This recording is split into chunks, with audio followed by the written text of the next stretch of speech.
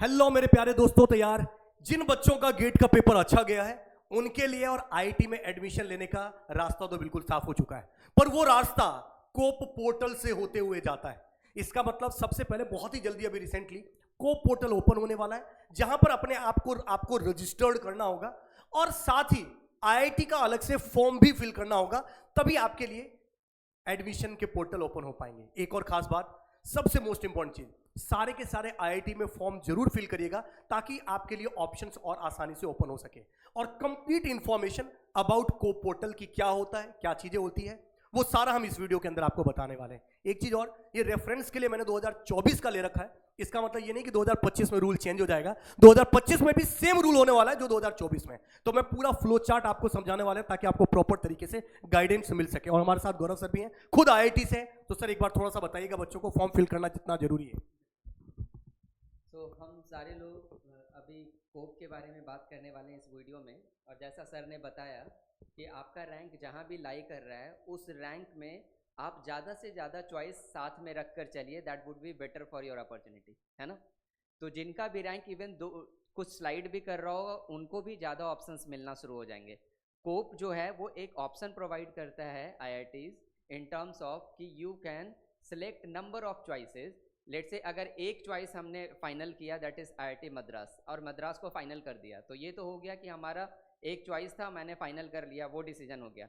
But mind में अगर आपका चल रहा हो कि नहीं मैं आईआईटी कानपुर के लिए जा सकता था, आईआईटी बॉम्बे के लिए जा सकता था, कुछ भी, तो आप उन सारे ऑप्शंस को टिक कर सकते हैं और उनको वेट में छोड़ सकते हैं। तो इवन आपका कोई रैंक के हिसाब से कुछ मिल रहा हो, प्रिजर्व हो गया, उसके अलावा आप फ्लोट कर रहे हैं कि रेस्ट ऑप्शंस अगर मुझे वेटिंग में मिल जाएगा इन फ्यूचर तो I am open for that. So वो ओपन रिमार्क्स आप रख सकते हैं। बिल्कुल। एक चीज और बता देता हूं यार, देखो दोस्तों, सबसे पहले मैं आपको बताता हूं आपको रजिस्ट्रेशन कैसे करना है। जब भी अब इसको देख के मत बोलना कि पुरानी चीजें, नए में भी यही प्रोसेस फॉलो होगा, राइट। वो भी हालांकि आएगा जब मैं आपको डिटेल से बताने वाला हूं। अभी लास्ट ईयर जो बच्चों ने गलती करी, मैं नहीं चाहता हूं कि इस साल भी आप रिपीट करो। जैसा कि सर ने बताया, चॉइसेस सारे के सारे आपको फिल करने हैं। सबसे पहले आपको रजिस्ट्रेशन करना है। कोप का पोर्टल जैसे ही आता है अपने आप को रजिस्टर करना है। उस रजिस्ट्रेशन के लिए आपको क्या क्या चीजों की रिक्वायरमेंट होगी, गेट का रजिस्ट्रेशन नंबर चाहिए होगा, गेट का पेपर कोड चाहिए होगा, गेट स्कोर कार्ड चाहिए होंगे, नेम ऑफ द कैंडिडेट चाहिए होगा जो रजिस्ट्रेशन पे आपने मेंशन किया है, date of birth, email ID और मोबाइल नंबर, ये सब सबमिट करोगे। उसके बाद आपको एक लॉगिन आईडी, आपको एक मेल पर एक रजिस्टर्ड आपको मेल के ऊपर एक इंफॉर्मेशन आएगी, मेल पे मिलेगा। उस लॉगिन को आपको वेरीफाई करना है, रजिस्ट्रेशन को वेरीफाई करना है। उसके बाद अगर आपके पास और भी कोई गेट स्कोर है जिसके बेसिस पे भी आप अप्लाई करना चाहते हो तो आप वहां पे भी कर सकते हो। बहुत सारे लोगों को ऐसा लगता है सर इस साल भी किया है, पिछले साल भी था गेट स्कोर, अब वो सोचता है इस साल से करूं कि पिछले साल से करूं। आप दोनों को अप्लाई लगा सकते हो, कोई दिक्कत वाली बात नहीं, मल्टीपल आप यूज कर सकते हो। फिर सबमिट करिए देगा। अब सबमिट करने के बाद आपको एक्सेप्ट कैसे करना है, ये सबसे इंपॉर्टेंट चीज है सर। हमेशा एक चीज देखना दोस्तों, आपके पास 3 तरीके के राउंड्स आपको देखने को मिलेगा सर। एक राउंड है जिसको मैंडेटरी राउंड आप बोल सकते हो, कंपलसरी राउंड बोल सकते हो सर, जो 1 2 3 4 5 राउंड होते हैं। और 5 राउंड में 1 2 3 4 5 ऐसे तो बहुत सारे लिखे हुए, तो ऑफर्स हैं, पर राउंड आपके 5 होंगे। और मान लीजिए आपने सारे के सारे आईआईटी के सारे ब्रांच फिल किए हुए जो आपकी रिक्वायरमेंट थी। फॉर एग्जाम्पल आपने आईआईटी दिल्ली के अंदर सीएससी भी फिल किया है और आईआईटी दिल्ली के अंदर कंप्यूटर टेक्नोलॉजी भी फिल किया, आपने 2 ब्रांच चूज किया। इसी तरीके से आईआईटी बॉम्बे में, आईआईसी के अंदर से डिफरेंट आईआईटी में आपने फॉर्म फिल कर दिए। वो जितने भी आपने आईआईटीज के अंदर ब्रांच सेलेक्ट किए हैं वो सारे आपके ऑफर कहलाते हैं। और ये ऑफर जितना ज्यादा होगा उतना ही ज्यादा आपको बेनिफिट मिलेगा, क्योंकि काउंसलिंग में तभी मजा आएगा, तभी चीजें होगी। और इसके लिए जरूरी है हर एक आईआईटी का फॉर्म फिल करना। तो मेरा और शायद मेरे ख्याल से गौरव सर आप भी सजेस्ट करना चाहेंगे कि जितने भी आईआईटीज हैं उन सब का फॉर्म जरूर फिल करिएगा। अगर आपकी गेट स्कोर 600 या 650 से अबो है तो आप जरूर फॉर्म करिएगा। आपको नहीं पता क्या मिलने वाला है यार, हो सकता है कुछ अच्छी चीज आपको मिल जाए। नहीं फॉर्म फिल करोगे तो नहीं मिलेगा, पर फॉर्म फिल करोगे तो मिल भी सकता है। अब मान लीजिए मैंने 5 ब्रांच सेलेक्ट किया, आईआईटी दिल्ली के 2, आईआईटी बॉम्बे के 1, आईआईटी मद्रास का 2, और ऐसे करके डिफरेंट वो सब ऑफर है।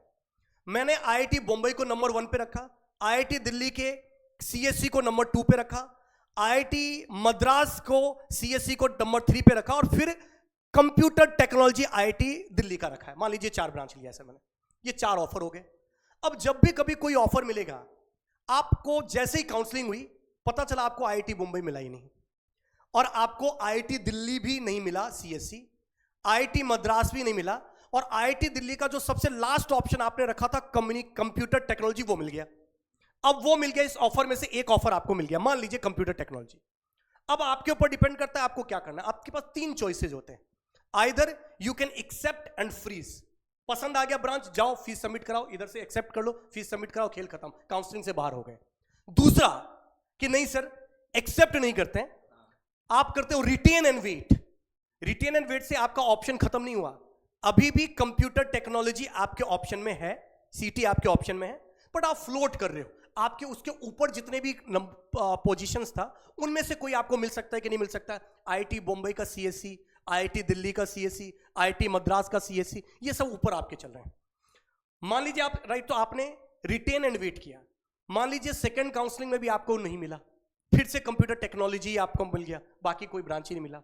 Again you have a one choice कि सर, या फिर मान लीजिए आपको अब सेकंड टाइम में आपको आईआईटी मद्रास का सर कंप्यूटर साइंस मिल गया, पर आपको चाहिए था आईआईटी बॉम्बे का, सेकंड काउंसलिंग में मिल गया आपको आईआईटी मद्रास का, तो अब आप क्या करोगे सर? अब आपके पास अगेन चॉइस है रिटेन एंड वेट का, कि आप रिटेन वेट कर सकते हो या एक्सेप्ट कर सकते हो। आईआईटी मद्रास में जाना, एक्सेप्ट करो, फॉर्म फिल करो, बाहर निकल जाओ। या फिर आपने यहां पर 2 चीजें कर सकते हो, रिजेक्ट एंड वेट या रिटेन एंड वेट। अगर आपने रिजेक्ट एंड वेट किया तो वो ऑप्शन खत्म हो गया, बट अगर आपने रिटेन एंड वेट किया तो अभी भी वो ऑप्शन आपके पास है। नेक्स्ट काउंट्स में कुछ नहीं मिलेगा तो आईआईटी मद्रास तो फिर भी मिलेगा, बट सबसे खास बात, इस चीज का फायदा तभी उठा सकते हो जब 2 बार ही उठा सकते हो, तीसरी बार में नहीं। अब मैंने दूसरी बार भी कर दिया रिटेन एंड वेट, और फ्लोट में सर अब मेरा आईआईटी मद्रास फिर से मिल गया, तीसरी बार काउंसलिंग में, तीसरे काउंसलिंग में मिल गया। अब जब तीसरे काउंसलिंग में मिल गया तो मेरे पास एक ही चॉइस है कि सर मैं उसको एक्सेप्ट और रिजेक्ट, क्योंकि तीसरी बार मैं रिटेन नहीं कर सकता। अब मुझे आईआईटी मद्रास चाहिए नहीं था, मुझे तो आईआईटी मुंबई में जाना है। अब मैंने रिस्क लिया कि भाई एक काम करता हूं, मैं रिजेक्ट कर देता हूं। मैंने रिजेक्ट कर दिया, अब रिजेक्ट करने के बाद ये तो श्योर है कि वो नहीं मिलेगा, गया। अब वो गया ऑप्शन, अब वो किसी और की किस्मत होगा, मिल जाएगा। बट मैं नेक्स्ट काउंसलिंग में चलूंगा और नेक्स्ट काउंसलिंग में फिर से फ्लोट होगा, और उससे ऊपर के ऑप्शन मुझे मिल रहे हैं कि नहीं मिल रहे हैं वो मुझे डिसाइड करना होगा। मान लीजिए सर कोइंसिडेंटली मुझे आईआईटी बॉम्बे मिल गया, आईआईटी बॉम्बे मिल गया, थर्ड काउंसलिंग में या फोर्थ काउंसलिंग में आईआईटी बॉम्बे लीजिए, फीस रिजेक्ट करिए, नहीं तो फ्लोट करते रहिए। बट सर ये जो रिजेक्ट करने का जो मौका था, एटलीस्ट फॉर टू टाइम्स जो आपको रिटेन का ऑप्शन मिल रहा है, वहां तक तो आपके साथ कोई नुकसान है ही नहीं। सो सबसे पहली बात ये है जो सर बता रहे हैं उसके अकॉर्डिंग कि हमारे पास 2 बार चांस है रिटेन करने का, तो एटलीस्ट 2 रिटेंशन तो बनता ही बनता है। थर्ड के लिए जब आप जा रहे हो तब आप थोड़ा केयरफुल हो सकते हैं कि अगर मैं इसको लूज करता हूँ, रिजेक्ट करता हूँ, तो या तो आपके लक पे है कि शायद उसका ऊपर का ऑप्शन भी मिल जाए और फिर कभी नीचे के ऑप्शन की तरफ भी जा सकते हैं। सो वहाँ पे आप जाकर सोच सकते हैं। तो हम लोगों का ये तो जरूर प्रायोरिटी है कि पहला 2 जो रिटेंशन है वो तो आप कीजिए, एंड उतने में भी कुछ बेटर ऑप्शंस की तरफ आप बढ़ जाओगे। सो इतना तो आप कर ही सकते हैं। और फिर थर्ड के टाइम पे आप थोड़ा सा केयरफुल होकर सोचिएगा कि आपका जो पहला 2 रिटेंशन था उसमें कितना आपको बेनिफिट मिल रहा है। डायरेक्शन पॉजिटिव अगर आपको दिखाई दे रहा होगा तो आप डिसीजन उसके अकॉर्डिंग ले सकते हैं। तो पहला 2 रिटेंशन तो ये ऐसी बात हो गई सर, ये शादी के रिश्ते नहीं आते, ये वही बात हो गई कि पहला रिश्ता आपने ऐसे 5 रिश्ते आया आपके पास, राइट, आपने ऐसे ऑप्शन ढूंढे थे, राइट। हालांकि देखो ये एग्जांपल गलत है, पर फिर भी तुम्हारे मन में तो आ ही गए भाई, रैंक आई गई होगी तो मन में लड्डू फूट रहा होगा। मान लीजिए ये ऑप्शन आपने भरे थे, काउंसलिंग हुई और काउंसलिंग मान लीजिए आपको ये ऑप्शन मिल गया। अब ये ऑप्शन मिल गया आपको काउंसलिंग में, अब आपको शादी करनी है, भाई शादी करो, एक्सेप्ट करो, काम खत्म, बाहर निकल जाओ काउंसलिंग। अब जब शादी कर लोगे तो क्या तुम क्या ही और रिश्ते देखने जाओगे भाई। बट मान लो तुमको नहीं यार, नहीं सर इससे अच्छे ऑप्शन में चाहिए, तो आप रिटेन एंड वेट करोगे तो ये लड़की ऑप्शन से खत्म नहीं होगी, ये रहेगी अभी भी ऑप्शन में। ए बी सी मिल गया तो ठीक, नहीं मिल गया तो ये रहेगा ही रहेगा, और ये 2 बार ही मौका मिलेगा भाई। दूसरी बार में भी तुमने ये चीज कर दिया, आपको यहीं पर जाकर अटक गया मान लीजिए, या दूसरी बार में आपको ये नहीं, आपको मान लीजिए ये मिल गया, दूसरी बार में आपको ये मिल, भाई कहां चले गए तुम, ये भी नहीं मिल रहा तुमको, देखो ये मान लीजिए ये मिल गया, अब दूसरी बार में ये मिल गया और 2 बार आपने रिटेन वेट करके कर दिया। अब तीसरी बार में या तो आप इससे शादी करोगे या फिर नहीं करोगे, या तो सेलेक्ट करोगे या फिर रिजेक्ट करोगे। अगर आपने सेलेक्ट कर लिया, खत्म खेल खत्म। अगर रिजेक्ट कर दिया तो अब ये तो फिक्स है भाई, इससे तुम्हारी शादी नहीं हो सकती। अब तुमने रिजेक्ट ही कर दिया तो किस मुंह से शादी करोगे फिर भाई, फिर आपका ये खत्म हो गया ऑप्शन। अब आप फ्लोट कर रहे हो कि इनमें से कुछ मिलेगा कि नहीं मिलेगा, राइट। और किस्मत रही तो मिल भी जाता। मैं जानता हूँ एक ऐसे स्टूडेंट को सर जो फ्लोट करता रहा और लास्ट में उसको IIT दिल्ली मिल गया, राइट। तो वो लास्ट में मेरे से, मुझे याद है 6th-7th काउंसलिंग चल रहा था, वो कह रहा था सर करना ही है। एक कोई कॉलेज मिल रहा था उसको, IIT गुवाहाटी का कुछ मिल रहा था, और वो एक्चुअली लोकल दिल्ली का ही था। मुझे कह रहा था कि सर मिलेगा कि नहीं मिलेगा मुझे बता दो। मैंने कहा नहीं मिला तो क्या होगा? बोला सर पता नहीं। मैंने कहा ऊपर वाले पे विश्वास रख, अपने पर विश्वास रख, रिजेक्ट कर दे। उसने रिजेक्ट कर दिया, तो उसको IIT मिल गया। हालांकि अभी अच्छे कंपनी में जॉब कर रहा है, बट ये प्रैक्टिकली फिजिबल होता है। तो हालांकि जब पूरा को पोर्टल आएगा तो हम आपको पूरा डिटेल से बताने वाले हैं क्या चीजें होने वाली। दूसरी चीज, अगर लास्ट ईयर भी आपने गेट दिया है या 2 पेपर में भी गेट दिया है, तो सेकंड पेपर का भी गेट स्कोर जरूर कनेक्ट करना, चाहे कोई भी कनेक्ट आ रहा हो स्कोर, राइट। कनेक्ट जरूर करना।